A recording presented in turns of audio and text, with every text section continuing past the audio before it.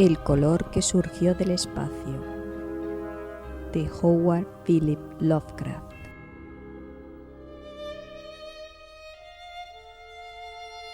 Tercera parte.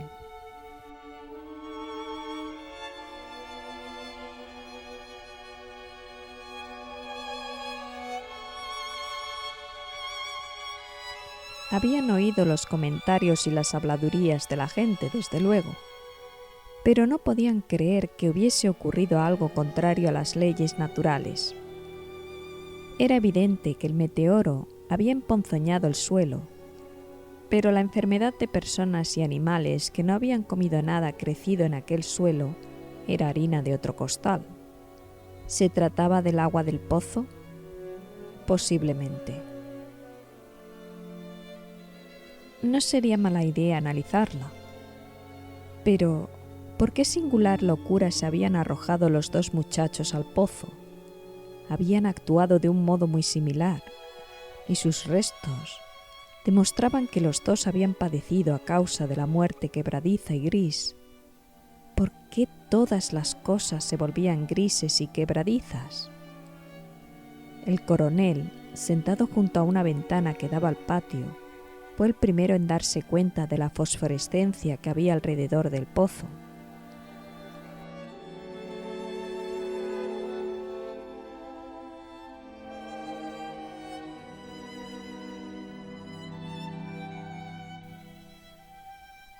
La noche había caído del todo, y los terrenos que rodeaban la granja parecían brillar débilmente con una luminosidad que no era la de los rayos de la luna. Pero aquella nueva fosforescencia era algo definido y distinto, y parecía surgir del negro agujero como la claridad apagada de un faro, reflejándose amortiguadamente en las pequeñas charcas que el agua vaciada del pozo había formado en el suelo.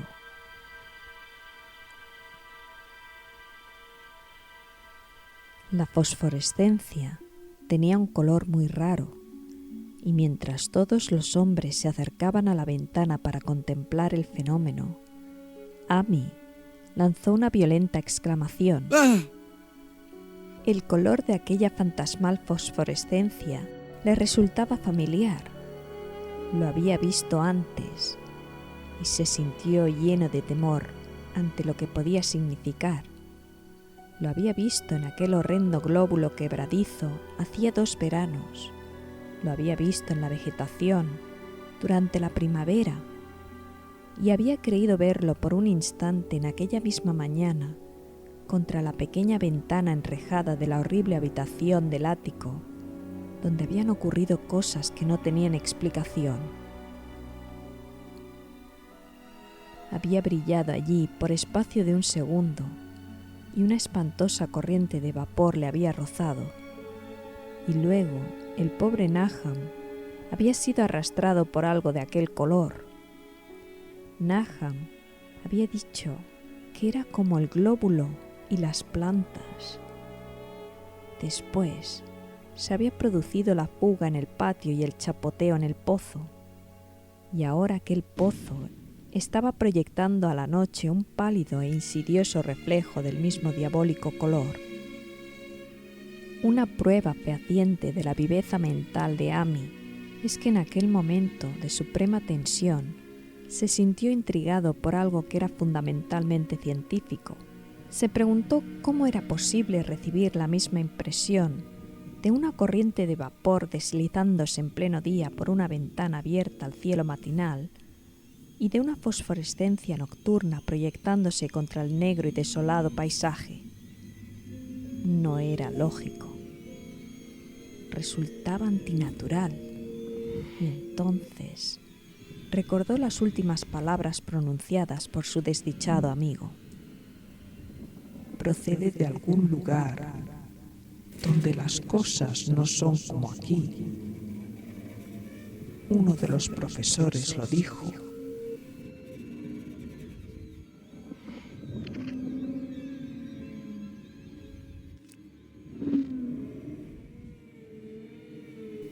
Los 3 caballos que se encontraban en el exterior de la casa, atados a unos árboles junto al camino, estaban ahora relinchando y coceando frenéticamente. El conductor del carro se dirigió hacia la puerta para ver qué sucedía, pero Amy apoyó una mano en su hombro. «No salga usted», susurró. «No sabemos lo que sucede ahí afuera». Nahum dijo que en el pozo vivía algo que sorbía la vida. Dijo que era algo que había surgido de una bola redonda, como la que vimos dentro del meteorito que cayó aquí hace más de un año. Dijo que quemaba y sorbía, y que era una nube de color como la fosforescencia que ahora sale del pozo, y que nadie puede saber lo que es. Nahum creía que se alimentaba de todo lo viviente y afirmó que lo había visto la pasada semana.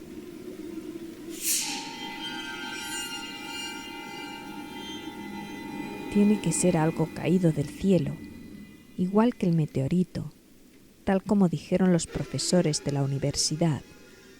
Su forma y sus actos no tienen nada que ver con el mundo de Dios. Es algo que procede del más allá. De modo que el hombre se detuvo, indeciso, mientras la fosforescencia que salía del pozo se hacía más intensa y los caballos coceaban y relinchaban con creciente frenesí.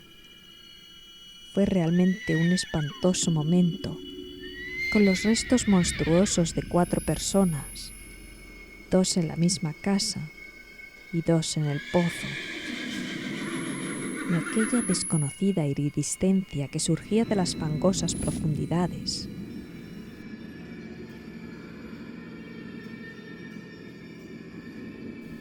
Amy había cerrado el paso al conductor del carro llevado por un repentino impulso, olvidando que a él mismo no le había sucedido nada después de ser rozado por aquella horrible columna de vapor en la habitación del ático, pero no se arrepentía de haberlo hecho. Nadie podía saber lo que había allí afuera aquella noche. Nadie podía conocer la índole de los peligros que podían acechar a un hombre enfrentado con una amenaza completamente desconocida.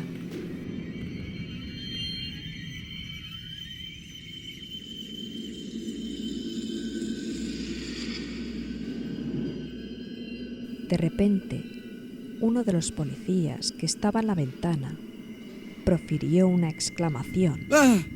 Los demás se le quedaron mirando y luego siguieron la dirección de los ojos de su compañero. No había necesidad de palabras.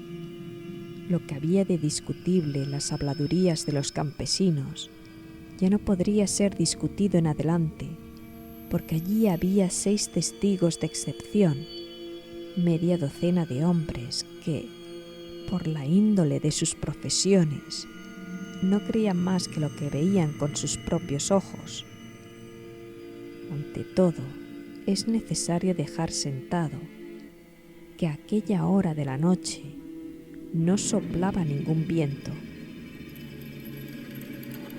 Poco después empezó a soplar, pero en aquel momento el aire estaba completamente inmóvil y, sin embargo, en medio de aquella tensa y absoluta calma, los árboles del patio estaban moviéndose, se movían morbosa y espasmódicamente, agitando sus desnudas ramas en convulsivas y epilépticas sacudidas hacia las nubes bañadas por la luz de la luna, arañando con impotencia el aire inmóvil, como empujados por una misteriosa fuerza subterránea que ascendiera desde debajo de las negras raíces. Por espacio de unos segundos, todos los hombres reunidos en la granja de Garner contuvieron el aliento. Luego, una nube más oscura que las demás veló la luna y la silueta de las agitadas ramas se disipó momentáneamente. En aquel instante, un grito de espanto se escapó de todas las gargantas, ya que el horror no se había desvanecido con la silueta, y en un pavoroso momento de oscuridad más profunda, los hombres vieron retorcerse la copa del más alto de los árboles, 1.000.000 de diminutos puntos fosforescentes, brillando como el fuego de San Telmo, o como las lenguas de fuego que descendieron sobre las cabezas de los apóstoles el día de Pentecostés.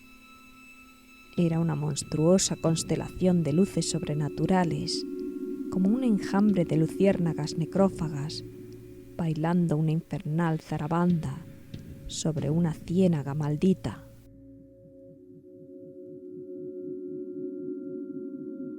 Y su color era el mismo que Amy había llegado a reconocer y a temer.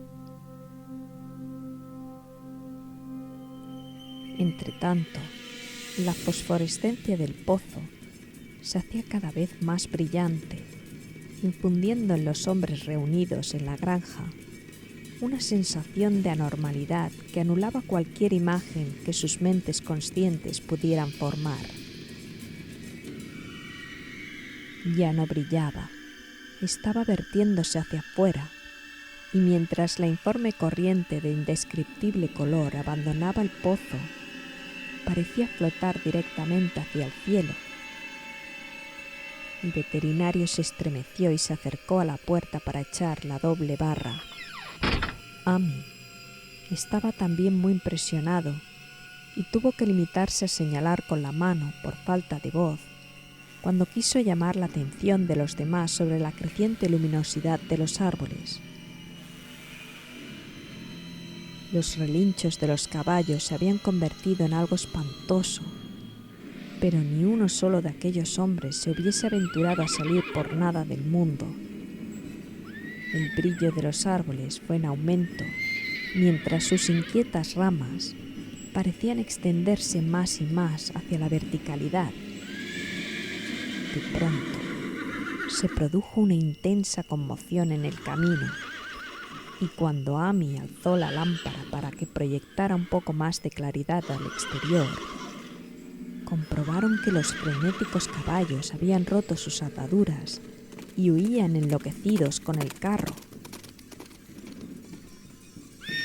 La impresión sirvió para soltar varias lenguas y se intercambiaron inquietos susurros. Se extiende sobre todas las cosas orgánicas que hay por aquí, murmuró el médico forense. Nadie contestó, pero el hombre que había bajado al pozo aventuró la opinión de que su pértiga debió de haber removido algo intangible. Fue algo terrible, añadió. No había fondo de ninguna clase, únicamente fango y burbujas y la sensación de algo oculto debajo. El caballo de Amy seguía coceando y relinchando desesperadamente en el camino exterior, y casi ahogó el débil sonido de la voz de su dueño mientras éste murmuraba sus desilvanadas reflexiones. Salió de aquella piedra. Fue creciendo y alimentándose de todas las cosas vivas. Todos bebieron agua de él. Se apoderó de ellos. Llegó del más allá, donde las cosas no son como aquí, y ahora regresa al lugar de donde procede. En aquel momento, mientras la columna de desconocido color brillaba con repentina intensidad y empezaba a entrelazarse con fantásticas sugerencias de forma que cada uno de los espectadores describió más tarde de un modo distinto, el desdichado Hello profirió un aullido que ningún hombre había oído nunca salir de la garganta de un caballo. Todos los que estaban en la casa se taparon los oídos, y Amy se apartó de la ventana horrorizado. Cuando miró de nuevo hacia el exterior, el pobre animal yacía inerte en el suelo bañado por la luz de la luna, entre las astilladas varas de la calesa. Y allí se quedó hasta que lo enterraron al día siguiente. Pero el momento presente no permitía entregarse a lamentaciones, ya que casi en el mismo instante uno de los policías les llamó silenciosamente la atención sobre algo terrible que estaba sucediendo en el interior de la habitación donde se encontraban. Donde no alcanzaba la claridad de la lámpara, podía verse una débil fosforescencia que había empezado a invadir toda la estancia. Brillaba en el suelo de tablas y en la raída alfombra, y resplandecía débilmente en los marcos de las pequeñas ventanas. Corría de un lado para otro, llenando puertas y muebles. A cada momento se hacía más intensa y al final se hizo evidente que las cosas vivientes debían abandonar enseguida aquella casa.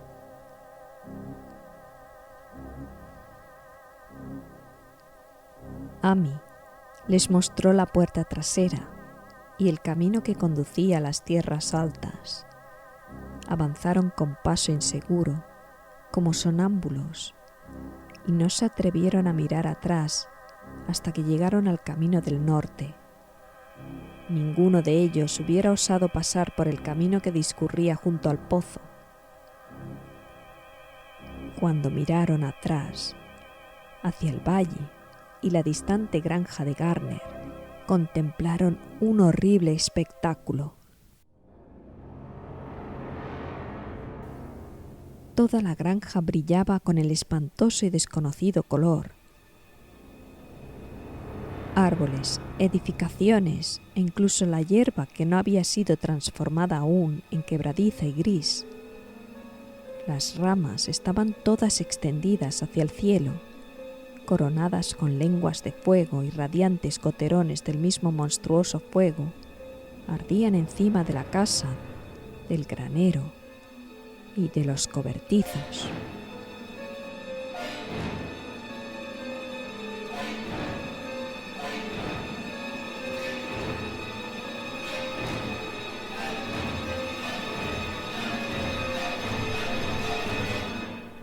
Era una escena de una visión de Fuseli, y sobre todo el resto reinaba aquella borrachera de luminoso homoformismo, aquel extraño arcoíris de misterioso veneno del pozo, hirviendo, saltando, centelleando y burbujeando malignamente en su cósmico e irreconocible cromatismo.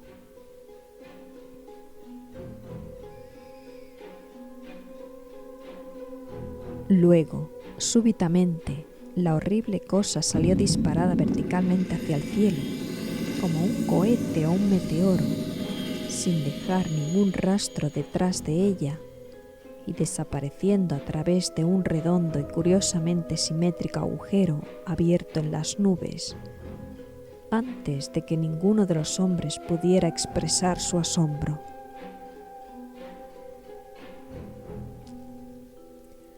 Ningún espectador podría olvidar nunca aquel espectáculo, y Amy se quedó mirando estúpidamente el camino que había seguido el color hasta mezclarse con las estrellas de la Vía Láctea. Pero su mirada fue atraída inmediatamente hacia la tierra por el estrépito que acababa de producirse en el valle. Había sido un estrépito y no una explosión, como afirmaron algunos de los componentes del grupo.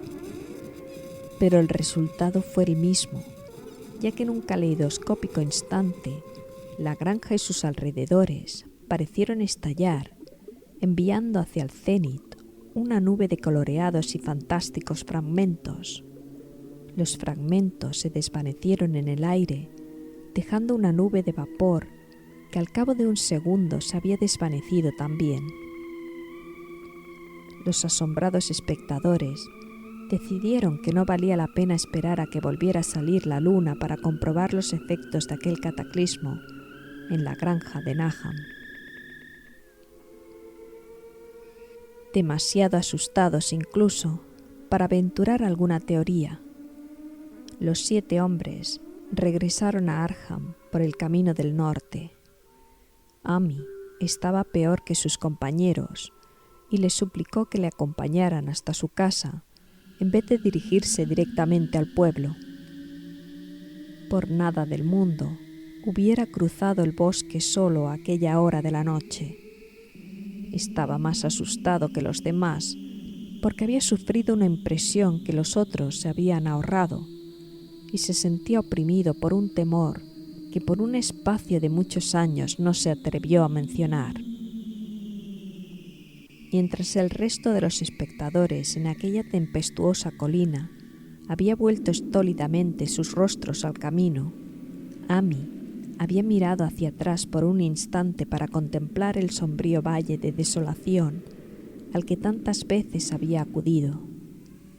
Y había visto algo que se alzaba débilmente para hundirse de nuevo en el lugar desde el cual el informe color había salido disparado hacia el cielo. Era solamente un color, aunque no era ningún color de nuestra tierra ni de los cielos. Y porque Amy reconoció aquel color y supo que sus últimos y débiles restos debían seguir ocultos en el pozo, nunca ha estado completamente cuerdo desde entonces. Amy no se acercaría a aquel lugar por nada del mundo. Hace 44 años que sucedieron los hechos que acabo de narrar, pero Amy no ha vuelto a pisar aquellas tierras y le alegra saber que pronto quedarán enterradas debajo de las aguas. También a mí me alegra la idea, ya que no me gustó nada ver cómo cambiaba de color la luz del sol al reflejarse en aquel abandonado pozo. Espero que el agua será siempre muy profunda, pero aunque así sea, nunca la beberé.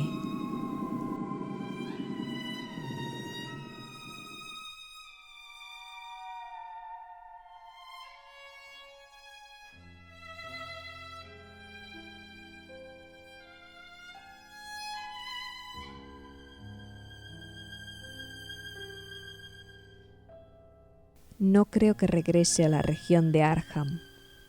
3 de los hombres que habían estado con Amy volvieron al día siguiente para ver las ruinas a la luz del día, pero en realidad no había ruinas.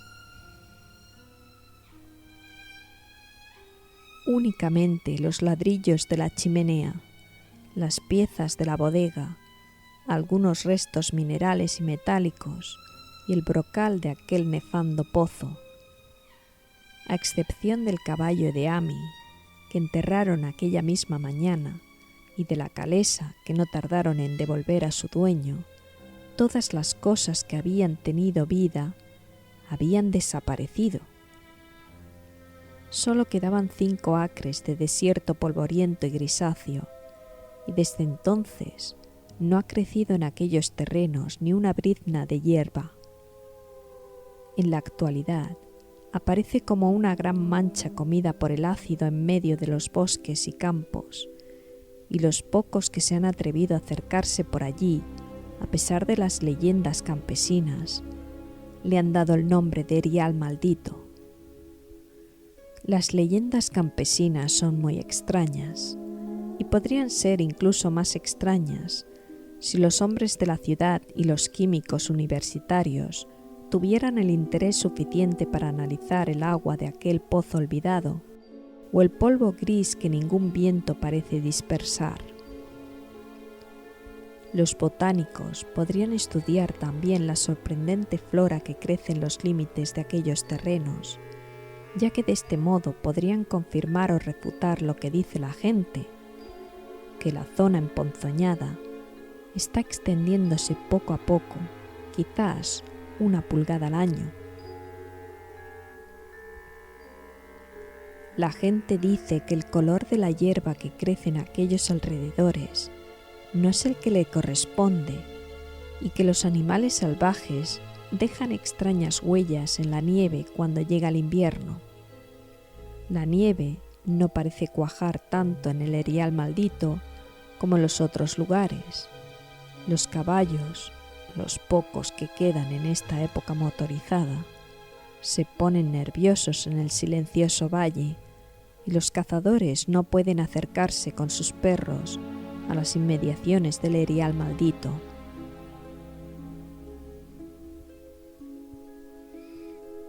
Dicen también que las influencias mentales son muy malas y que todos los que han tratado de establecerse allí, extranjeros en su inmensa mayoría, han tenido que marcharse acosados por extrañas fantasías y sueños.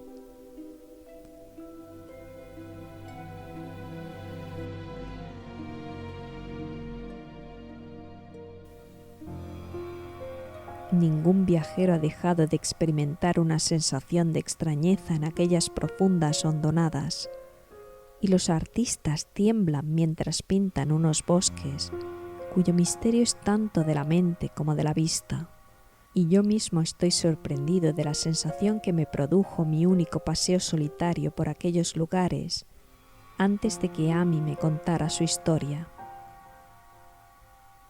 No me pregunten mi opinión. No sé. Esto es todo. La única persona que podría ser interrogada acerca de los extraños días es Amy, ya que la gente de Arkham no quiere hablar de este asunto, y los 3 profesores que vieron el meteorito y su coloreado glóbulo están muertos. ¿Había otros glóbulos? Probablemente. Uno de ellos consiguió alimentarse y escapar, en tanto que otro no había podido alimentarse suficientemente y continuaba en el pozo. Los campesinos dicen que la zona emponzoñada se ensancha 1 pulgada cada año, de modo que tal vez existe algún tipo de crecimiento de alimentación incluso ahora, pero sea lo que haya allí, tiene que verse trabado por algo, ya que de no ser así se extendería rápidamente. ¿Está atado a las raíces de aquellos árboles que arañan el aire? Lo que es, solo Dios lo sabe. En términos de materia, supongo que la cosa que Amy describió puede ser llamada un gas, pero aquel gas obedecía a unas leyes que no son de nuestro cosmos. No era fruto de los planetas y soles que brillan en los telescopios y en las placas fotográficas de nuestros observatorios. No era ningún soplo de los cielos cuyos movimientos y dimensiones miden nuestros astrónomos o consideran demasiado vastos para ser medidos. No era más que un color surgido del espacio, un pavoroso mensajero de unos reinos del infinito situados más allá de la naturaleza que nosotros conocemos, de unos reinos cuya simple existencia aturde el cerebro con las inmensas posibilidades extracósmicas que ofrece a nuestra imaginación. Dudo mucho de que Amy me mintiera de un modo consciente, y no creo que su historia sea el relato de una mente desquiciada, como supone la gente de la ciudad. Algo terrible llegó a las colinas y valles con aquel meteoro, y algo terrible, aunque ignoro en qué medida, sigue estando allí.